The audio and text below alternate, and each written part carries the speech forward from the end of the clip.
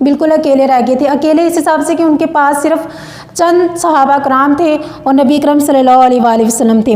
تو انہوں نے فرمایا کہ میں نبی اکرم صلی اللہ علیہ وآلہ وسلم کا دفاع کرنے کے لیے جنگ میں اتری. یعنی کہ ان کا جو اپنا کام تھا انہوں نے چھوڑا اور وہ انہوں نے دیکھا کہ نبی اکرم صلی اللہ علیہ وآلہ وسلم اکیلے ہیں, تنہا ہے, تو انہوں نے سارا کام پیچھے چھوڑا, تلوار اٹھائی, اپنے تیر کش اٹھائے اور نبی اکرم صلی اللہ علیہ وآلہ وسلم کے سامنے جا کر کھڑی ہو گئی. وہ بتاتی ہیں کہ میں نے وہاں پر تیر اور تلوار کے ذریعے سے جنگ کی اور اس جنگ میں ان کے جسم پر 12 سے زیادہ زخم آئے تھے. سیدہ ام عمارہ جو صحابیہ ان کے پاس گئی تھیں, انہوں نے بتایا ہے کہ وہ جب حضرت ام عمارہ کے پاس پہنچی تو انہوں نے اس کے کندھے پر ایک بہت بڑا زخم دیکھا. تو انہوں نے بتایا کہ میں جب نبی اکرم صلی اللہ علیہ وآلہ وسلم کی حفاظت کر رہی تھی تو ایک کافر نے تلوار کے وار سے نبی اکرم صلی اللہ علیہ وآلہ وسلم پر حملہ کرنا چاہا, لیکن میں نے آگے بڑھ کر اسے روکا. اس کے روکنے کے چکر میں حضرت ام عمارہ کے کندھے پر جو تھا وہ زخم لگ گیا تھا. حضرت ام عمارہ فرماتی ہیں کہ وہ جنگ میں زخمیوں کو پانی پلاتی تھی اور ان کی مرہم پٹی کیا کرتی تھیں. جنگ احد سے فارغ ہونے کے بعد نبی اکرم صلی اللہ علیہ وآلہ وسلم نے پھر ارشاد فرمایا کہ دشمن جو تھا وہ وہاں سے بھاگ رہا تھا. نبی اکرم صلی اللہ علیہ وآلہ وسلم نے صحابہ کرام سے کہا کہ آپ بھی ان کے پیچھے بھاگیں. تو حضرت ام عمارہ نے نبی اکرم صلی اللہ علیہ وآلہ وسلم سے اجازت لی کہ اب مجھے بھی ان کے پیچھے جانے دیں. تو نبی اکرم صلی اللہ علیہ وآلہ وسلم نے ان کی طرف دیکھا اور مسکرائے. وہ نبی اکرم صلی اللہ علیہ وآلہ وسلم مسکرائے اس لیے کہ حضرت ام عمارہ کی بہادری دیکھیں کہ پہلے تو وہ نبی اکرم صلی اللہ علیہ وآلہ وسلم کے سامنے ڈھال بن کر کھڑی ہو گئیں کہ وہ رسول اللہ پر آنے والا ہر وار جو تھا وہ خود برداشت کر رہی تھیں. پھر جب دشمنوں کے پیچھے مسلمان بھاگے تو حضرت ام عمارہ نے سوچا کہ میں کیوں پیچھے رہوں, میں کیوں اس کام سے پیچھے رہوں. تو انہوں نے نبی اکرم صلی اللہ علیہ وآلہ وسلم سے اجازت مانگی کہ میں بھی ان کے پیچھے جانا چاہتی ہوں. تو رسول اللہ صلی اللہ علیہ وآلہ وسلم نے انہیں اجازت دی کہ آپ ان کے پیچھے چلی جائیں, لیکن وہ بھی چند قدم ہی چل پائیں تھیں کیونکہ ان کے جسم پر بہت زیادہ زخم تھے اور ان کے بازو پر بہت گہرا کٹ لگا ہوا تھا, تو اس وجہ سے وہ زیادہ دور تک نہ جا سکیں. رسول اللہ صلی اللہ علیہ وآلہ وسلم کے بارے میں وہ ایک واقعہ بتاتی ہوئی بیان کرتی ہیں کہ نبی اکرم صلی اللہ علیہ وآلہ وسلم کے سامنے وہ کھڑی تھیں, ان کے ہاتھ میں صرف ایک تلوار تھی.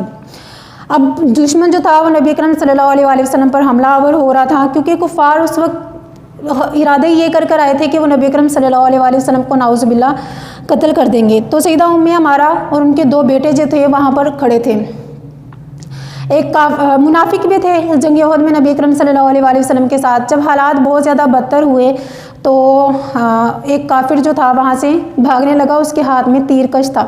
نبی اکرم صلی اللہ علیہ وآلہ وسلم نے جب دیکھا کہ سیدہ ام عمارہ کے پاس صرف ایک تلوار ہے, اس کے علاوہ کچھ نہیں ہے, اور اس تلوار کے ذریعے سے ہی وہ اتنی بہادری کے ساتھ لڑ رہی ہیں, تو انہوں نے اس منافق کو کہا جاتے ہوئے کہ اپنا تیر کش یہاں سے پھینک دو. منافق نے اپنا تیر کش پھینک دیا. مطلب تیر کش وہ جس کے ذریعے سے تیر پھینکا جاتا ہے اور اس کے اندر تیر بھی تھے. تو اس منافق نے وہ تیر پھینک دیے اور حضرت ام عمارہ نے وہ تیر اٹھا لیے. دور سے ایک کافر آ رہا تھا, وہ نبی اکرم صلی اللہ علیہ وآلہ وسلم کو نیزہ مارنا چاہتا تھا, لیکن حضرت ام عمارہ نے اس سے پہلے ہی اس کو ایک تیر مارا اس کی ٹانگ میں, اور جس سے وہ گر گیا. نبی اکرم صلی اللہ علیہ وآلہ وسلم حضرت ام عمارہ کی طرف دیکھ رہے تھے اور ساتھ ساتھ مسکرا بھی رہے تھے. اسی جنگ میں حضرت ام عمارہ کا ایک بیٹا بھی زخمی ہوا تھا. اس کا واقعہ بھی کچھ ایسے ہے کہ ایک کافر تھا, اس نے ان کے بیٹے کی ٹانگ پر جو تھا وہ تلوار سے وار کیا اور ان کی ٹانگ پر کٹ لگ گیا تھا اور وہ نیچے گر گیا. حضرت ام عمارہ نے فوراً جا کر اپنے بیٹے کی مرہم پٹی کی اور اس سے کہا کہ اٹھ کر کھڑے ہو جاؤ اور جا کر محمد صلی اللہ علیہ وآلہ وسلم کی حفاظت کرو. اسی دیر میں جب انہوں نے پٹی کی اور اپنے بیٹے کو اٹھا کر کھڑا کیا تو دوسری طرف سے ایک اور کافر آیا جو کہ نبی اکرم صلی اللہ علیہ وآلہ وسلم پر حملہ آور ہونے والا تھا. حضرت ام عمارہ نے کلا بازی لگائی اور تلوار سے کٹ لگا کر اس کی ٹانگ پر سے اسی جگہ پر کٹ لگایا جہاں پر ان کے بیٹے کو کٹ لگا تھا. تو نبی اکرم صلی اللہ علیہ وآلہ وسلم حضرت ام عمارہ کو دیکھ کر مسکرائے اور انہوں نے ساتھ یہ بھی ارشاد فرمایا کہ ام عمارہ آخر تم نے اپنے بیٹے کا بدلہ لے ہی لیا. مطلب جس قدر انہیں اس کافر پر غصہ تھا اور انہوں نے اپنے بیٹے کو زخمی دیکھا اور نبی کریم صلی اللہ علیہ وآلہ وسلم کی حفاظت کر رہی تھیں تو انہوں نے اسی غصے کی بنا پر اس کافر سے بھی بدلہ لے لیا. یہ تو تھی ان کے غزوہ احد کے سارے واقعات کہ کس طرح انہوں نے آگے بڑھ چڑھ کر نبی اکرم صلی اللہ علیہ وآلہ وسلم کی حفاظت کی۔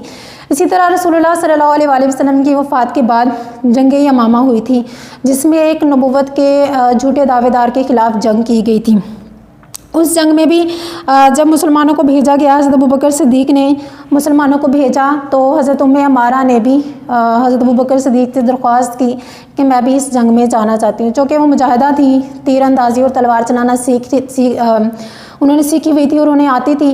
تو اسی بنا پر انہوں نے جب حضرت ابوبکر صدیق سے اجازت مانگی اور حضرت ابوبکر صدیق نے ان کے پرانے واقعات کو یاد کیا، تو انہوں نے حضرت ام عمارہ کو اس جنگ میں جانے کی اجازت دے دی۔ وہاں پر بھی حضرت ام عمارہ اپنے بیٹوں کے ساتھ جنگ میں برابر کی شریک رہیں۔ وہاں پر ان کا ایک بیٹا شہید ہوا اور ایک بیٹا ان کے ساتھ زندہ سلامت واپس آیا۔ اب ان صحابیہ کی زندگی میں ہمارے لیے کیا سبق ہے؟ سب سے پہلے تو ان کی بہادری ہے کہ انہوں نے مشکل حالات میں گھبرائی نہیں، پریشان نہیں ہوئیں اور وہاں پر انہوں نے اپنی بہادری کا مظاہرہ کیا۔ اسی طرح خواتین ہونے کے ناطے یا پھر لڑکیاں ہونے کے ناطے ہمارے لیے بھی یہ ایک بہت بڑا سبق ہے کہ اگر کسی بھی طرح کے مشکل حالات پیش آئیں تو وہاں پر بہادری دکھائیں۔ اسی طرح دین کے معاملے میں سب سے بڑا سبق ہے ہمارا اس میں کہ جہاں پر آپ کے دین کی بات آتی ہے کسی بھی طرح سے، یا نبی اکرم صلی اللہ علیہ وآلہ وسلم کی حرمت یا ان کے ادب یا ان کے احترام کی بات آتی ہے، تو وہاں پر پھر آپ اپنی زندگی کی پرواہ نہ کریں، وہاں پر پھر آپ اپنی زندگی قربان کر کے بھی اسلام کو بچائیں، اسلام کی حرمت کو بچائیں، نبی اکرم صلی اللہ علیہ وآلہ وسلم کے ادب اور ان کے احترام کو آپ بچائیں۔ تو یہ تھا آج کا سیدہ ام عمارہ کا واقعہ۔ امید ہے کہ آپ کو اچھا لگا ہوگا اور آپ نے اس سے کچھ نہ کچھ سیکھا ہوگا۔ انشاءاللہ تعالیٰ اگلی صحابیہ کی زندگی کے ساتھ ہم دوبارہ ملیں گے، تب تک کے لیے اللہ حافظ۔